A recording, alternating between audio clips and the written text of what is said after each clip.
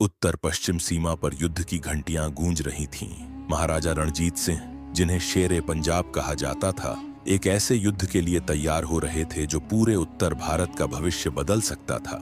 अफगान सरदार अजीम खान, जो काबुल के क्रूर शासक दोस्त मोहम्मद खान का भाई था, ने सामरिक दृष्टि से अत्यंत महत्वपूर्ण अटॉक किले पर कब्जा कर लिया था। यह किला न केवल व्यापार और रक्षा के लिए महत्वपूर्ण था, बल्कि सिंधु नदी के पार जाने का एकमात्र रास्ता भी था। यह रणजीत सिंह की उस महान दृष्टि को चुनौती थी जिसमें वे पंजाब को एकजुट कर विदेशी आक्रमणकारियों को पीछे हटाना चाहते थे। रणजीत सिंह ने अपनी शक्तिशाली सेना को इकट्ठा किया।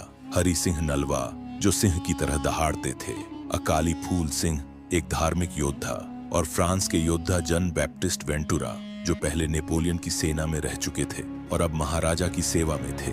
महाराजा ने चिनाब नदी के किनारे अपने शिविर से एक इस्पाती बाण निकाला जो उन्हें एक निहंग साधु ने दिया था और कहा था, जिस दिन अटॉक तेरा होगा, शेर की दहाड़ सिंधु पार सुनाई देगी। अभियान वसंत ऋतु में शुरू हुआ। महाराजा की सेना, निडर खालसा, अनुशासित यूरोपीय शैली के सैनिक और भारी घुड़सवार टुकड़ियां बिजली की गति से मैदानों में बढ़ीं। अंतिम युद्ध की रात रणजीत सिंह स्वयं भेष बदलकर सैनिकों के बीच गए, उनसे बातें की, उनका उत्साह बढ़ाया और वीरों को जमीन और सम्मान का वचन दिया। अटॉक का युद्ध भीषण था। किला ऊंची चट्टानों पर स्थित था, तोपें गरज रही थीं। अफगान योद्धा अनुभवी और निर्मम थे, लेकिन सिख सेना एक बाढ़ की तरह लड़ी। हरि सिंह नलवा ने पश्चिमी द्वार से आक्रमण किया। अकाली फूल सिंह नंगे पांव, तलवार घुमाते हुए निहंगों के साथ बोले सो निहाल का जय घोष करते हुए दुश्मनों पर टूट पड़े।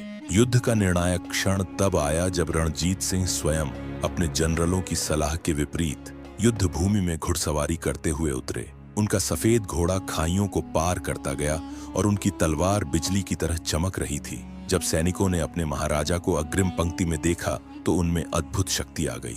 सूर्यास्त तक सिख साम्राज्य का त्रिरंगा ध्वज अटॉक किले पर लहरा रहा था। पंजाब में उत्सव मनाया गया।